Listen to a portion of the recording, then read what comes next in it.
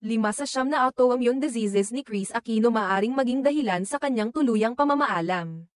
Nagbigay ng panibagong update tungkol sa kanyang kalusugan si Chris Aquino, ang Queen of All Media, sa pamamagitan ng isang post sa Instagram noong Linggo ika-6 ng Abril.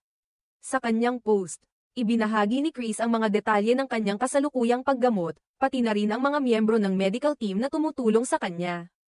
Ayon kay Chris, umabot na sa 9 ang diagnosed autoimmune diseases na mayroon siya, at sa mga ito, 5 ay maaaring magdulot ng matinding panganib sa kanyang buhay.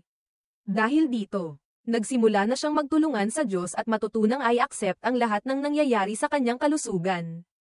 Ibinahagi pa ni Chris na noong nakaraang araw, kinailangan niyang magpa-update ng PICC line, isang proseso na karaniwan sa mga pasyenteng may chronic na karamdaman. Gayunpaman, binigyang diin ni Chris na hindi siya isang diva na pasyente. At malinaw na inalam niya kung aling ospital ang pinakakomportable para sa kanyang doktor, si Dr. James, upang maisagawa ang pagbabago ng PICC line. Pinili nila ang Makati Med, kung saan ang doktor ay mas komportable sa paggawa ng mga medikal na proseso.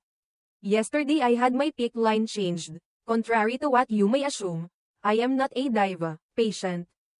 I asked vascular surgeon Dr. James which hospital he was most comfortable to do my PICC line change in and he chose Makati Med, ang paliwanag ni Chris.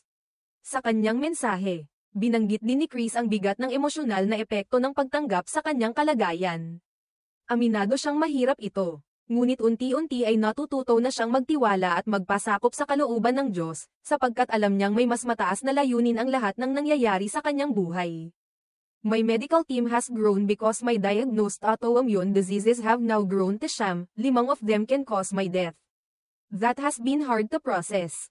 But slowly I am learning to leave everything to God's will because He knows best, aniya pa.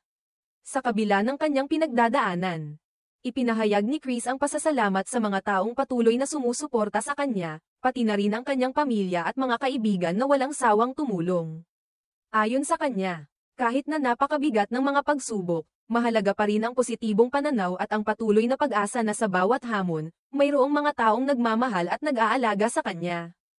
Muling inihayag ni Chris na bagamat mahirap tanggapin ang pagkakaroon ng maraming autoimmune diseases, natutunan niyang hindi magpatalo sa kalungkutan at magpatuloy sa buhay. Sa kabila ng lahat ng pagsubok, naniniwala siya na may layunin ang mga nangyayari sa kanyang buhay, at ang Diyos ang may huling desisyon. Sa kabuuan, ipinakita ni Chris Aquino ang kanyang katatagan at pananampalataya sa kabila ng mga pagsubok na kinakaharap sa kanyang kalusugan. Patuloy niyang ipinamamalas ang mensahe ng pag-asa at pagtanggap, na nagsisilbing inspirasyon sa marami sa kanyang mga tagahanga at mga kaibigan.